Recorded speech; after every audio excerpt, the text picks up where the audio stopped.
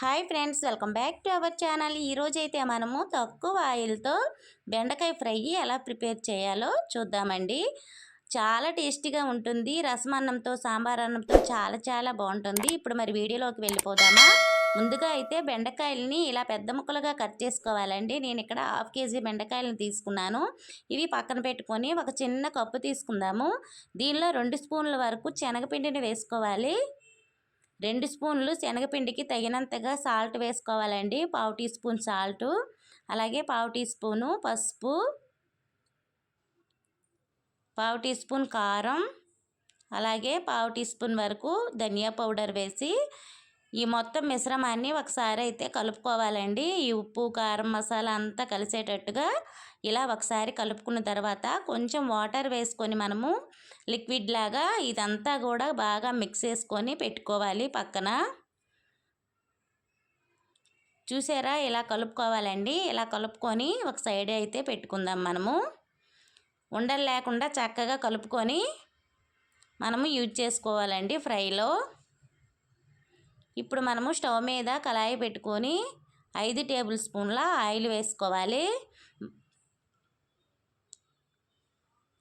Oil heat ఎక్కిన తర్వాత దీనిలో 1/2 టీ స్పూన్ వరకు జీలకర్ర వేసుకోవాలండి. చాలా టేస్టీగా ఉంటుందండి ఈ ఫ్రై అయితే. చిన్నపిల్లలు ఎక్కువగా ఇష్టపడతారు. ఇలా 1/2 టీ స్పూన్ జీలకర్ర వేసిన తర్వాత 2 పచ్చిమిరపకాయలు ఇలా కట్ చేసుకొని వేసుకోవాలి. ఇలా వేసుకున్న తర్వాత ఒకసారి ఇలా కలుపుకొని ఇప్పుడు దీనిలో కొంచెం ఇంగువ పౌడర్ వేసుకోవాలండి. ఇంగువ పౌడర్ వేయడం వల్ల ఫ్రై చాలా టేస్ట్ వస్తుంది. అలాగే వెల్లుల్లిపాయలు మీద పొట్టు తీసుకొని వేసుకోవాలి. ఒక 6-7 వెల్లుల్లి రెమ్మలు వేసుకోవాలండి. కొంచెం కరివేపాకు వేసుకొని ఈ తాలింపు అయితే ఒకసారి ఇలా ఫ్రై చేసుకోవాలి.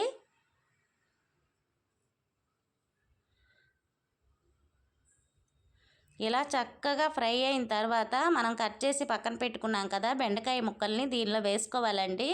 బెండకాయ ముక్కలు కొంచెం పెద్దవిగా కట్ చేసుకోవాలి. ఎందుకంటే ఫ్రై చేసుకుంటాం కాబట్టి పెద్దవిగా అయితే మనకి ఫ్రై పొడిలాడుతూ బాగా వస్తుందండి. జిగురు లేకుండా వస్తుంది. ఇలా కనుక ఫ్రై చేశారంటే ఇక్కడ నేను కట్ చేసినట్టు పెద్ద ముక్కలుగా కట్ చేసుకొని వేసుకోవాలండి. ఇవి వేపేటప్పుడు మూత పెట్టుకోకుండా ఉంటే చక్కగా జిగురు లేకుండా ఉంటుందండి ఫ్రై. మూత పెట్టుకున్నామంటే ఆ వాటర్ అందులో పడి జిగురుగా అయిపోతుంది. ఇలా ఒకసారి కలుపుకొని ఇందులో 1/2 టీ స్పూన్ పసుపు వేసుకోవాలి. ఇలా పసుపు వేసిన తర్వాత మొత్తం ఒకసారి అయితే ఇలా కలుపుకోవాలండి. 4-5 నిమిషాల పాటు స్టవ్ని మీడియం ఫ్లేమ్లో పెట్టి బాగా వేపుకోవాలి ఈ బెండకాయ ముక్కల్ని. కొంచెం మెత్తబడే వరకు అండి. చూసారు కదా, చక్కగా అయితే వేగాయి. ఇలా వేగిన తర్వాత దీనిలో కారం వేసుకుందామండి. మూత పెట్టుకున్నామంటే వాటర్ అంతా దానిలో పడి మనకి జిగురు వచ్చేస్తుంది ఫ్రై. ఇలా అయితే పొడిలాడుతూ బాగా వస్తుంది. ఇప్పుడు దీనిలో 1.5 స్పూన్ వరకు కారం వేసుకోవాలి. ఎందుకంటే పచ్చిమిరపకాయలు వేసాం కదా, చూసి అయితే వేసుకోండి.